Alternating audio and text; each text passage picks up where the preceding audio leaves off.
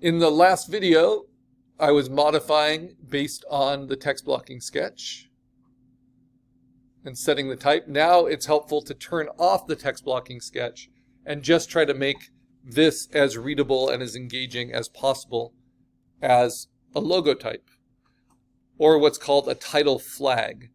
Now, when is this more and more important for your image design? If you think of like a comic book cover, the title flag is incredibly important because it gets used over and over and over again with different color variations. So for instance, if I look at a comic book that I read a lot in the 1990s,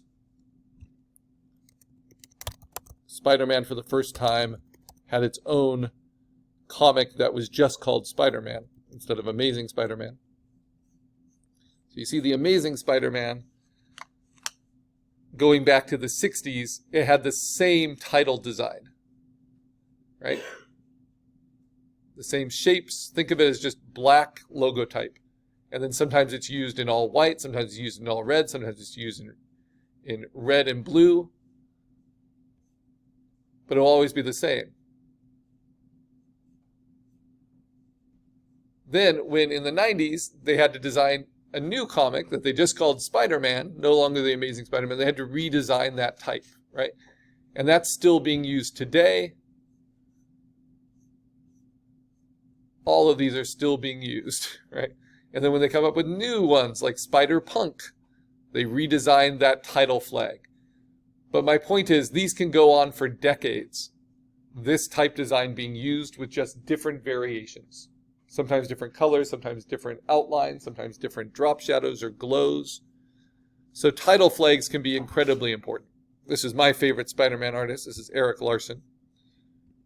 But you see kind of the energy of that type design that goes with the artwork, right? So we're just trying to get those shapes right. Even though we're just doing it for one poster, it's helpful just to see it as black shapes first, and then just to go in, just like we would with a logo, and strengthen it wherever we think it needs it to be a cleaner read. So for instance, there's a whole lot of space here. There's a whole lot of space here. So I can work with that by kind of adding flourishes. Anywhere I think it's too narrow a gap, like between the bottom of the A and the H, that's called the leading, the space between the type. I can play with that. And the whole character of the type is to look organic, kind of snake-like, right? To go with my illustration and my theme. Also, if there's a lot of space between the A and the N, I can play with it on both sides. Play with the kerning, the space between the letters on both sides. This is fully customized. Now, I've got the crown in there for the W. It might be really cool if for this is being a little cheeky, but I just turn this into a little snake.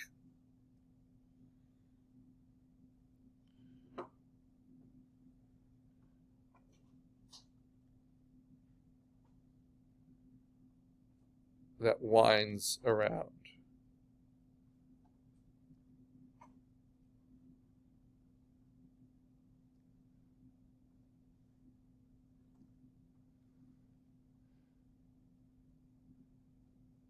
Might even hook a tail at the bottom.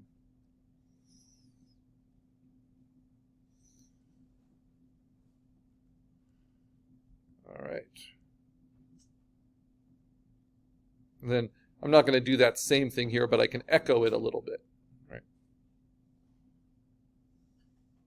Or maybe tapering this edge.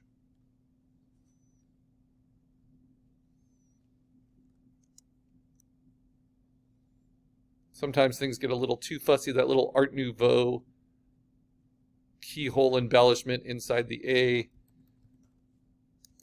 that thing is really nice, but maybe it's a little inconsistent with the rest of my type solution, so I can just simplify it. Okay, now we've got the whole thing. I'm a little worried that this isn't reading quite as a W yet, so I'm going to try to soften that aspect. Make it be a little bit more V-like. I also don't want it to look like the bat symbol.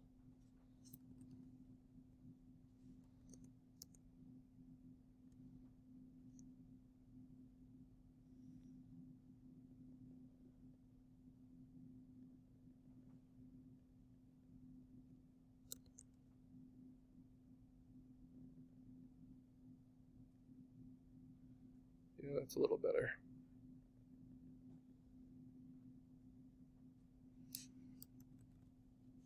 And then you got to be careful when you're using the pencil with the smooth tool that you're not hurting your sharp edges. There we go. So there's also the smooth tool to help average out some of your curves. It's okay that it looks hand done. That's why we're doing it this way. So even though that point is lower than that point, I think that's okay. I think it helps the read. And then same thing with the keyhole in the A for changing. This little flourish that I made is really beautiful, but maybe a little bit inconsistent with the rest of my type design, so I'm just going to simplify it. So just looking to clean it up as much as you have time for.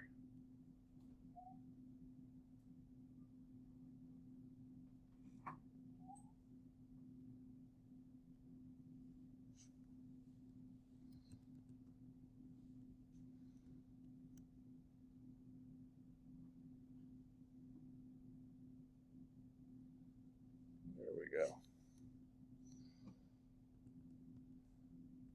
And there's something that bugs me about the L. But I get really picky about this stuff.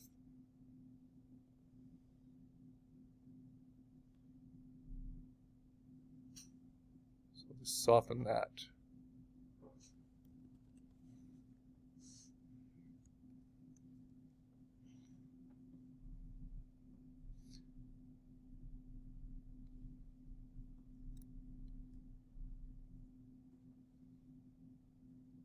And for me, I just need to try things to see what feels best.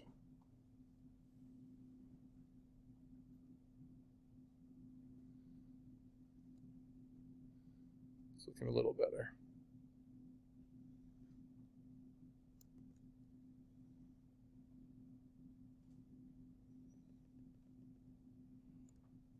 It's a little like a foot stepping on a snake. All right, so then let's play with this. Just thicken it up a little bit.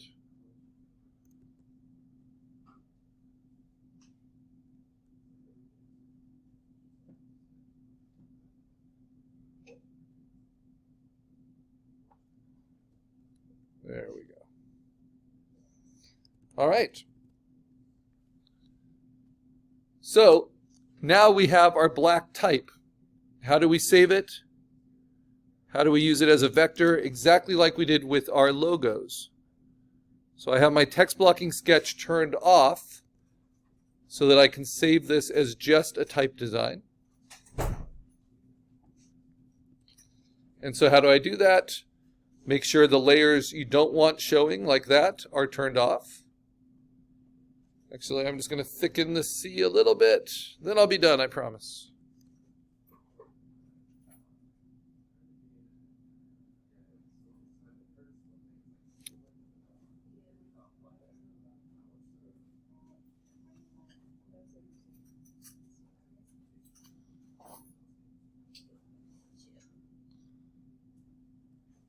This will give you a lot of appreciation for type designers for sure. Okay, so we are going to save it in 3 formats, as we do for vectors. It's good to remember what those are. So AI is what we've been saving it as. That's our working format for Adobe Illustrator. Then we want to save it as transferable vector formats. The one for Adobe is called EPS, Adobe EPS. And then the one that's for other programs, like vector.com, is SVG. So those are the 3 vector formats we want. AI, EPS, SVG.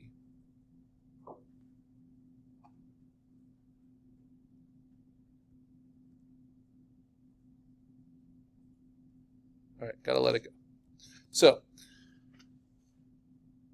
and I've decided that the little mouth on the snake, that's too fussy. So I'm just going to simplify it, make it thicker. There we go. This one? Yeah, I did that to kind of mimic it, because I wanted that to be more snake-like. But yeah, I could maybe curve that around a little bit so it doesn't distract. Okay, so that's my black type design. I save it as an AI, just saying File, Save. It's saved, you know, assignment 5. Actually, it doesn't have my name in it, which isn't good. So now I'm going to do File, Save a Copy. I'm going to change the format to Illustrator EPS. Throw my name in there. And this isn't assignment 5, this is assignment 6. So it's good to get that right.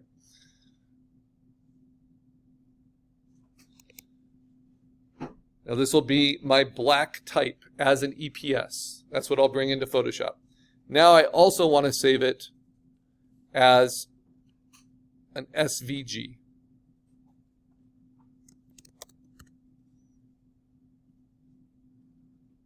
And I'm saving it to my assignment 6 folder. Make sure it's your folder. It's always safest to actually just save it to the desktop. And I'm getting lazy about that. But save it to the desktop and then organize it into your folder. So let's find those. I'm going to mark those as gray. The EPS format. That's very important. The SVG format.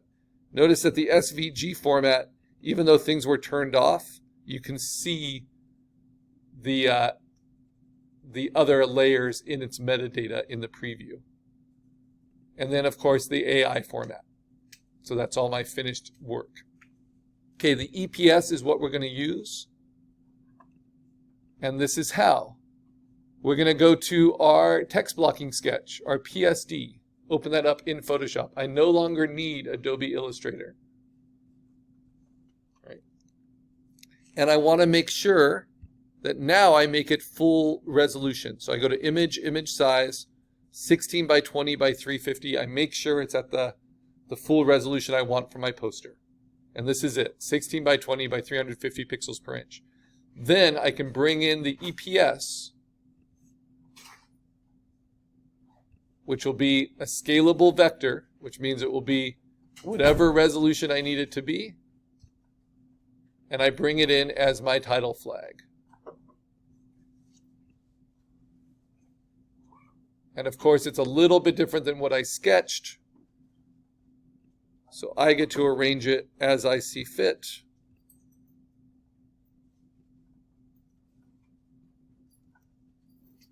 And then, of course, I get to arrange my spot illustration. Okay. So what are the elements here of my poster design? I have a blank white background. I have my text blocking sketch. I have I'll put my type on the top. I have my spot illustration brought in from assignment 5, which is also a smart object, so infinitely scalable because it's vector outlines. And then I have my black type. So how do I save this to put onto canvas? Let's see.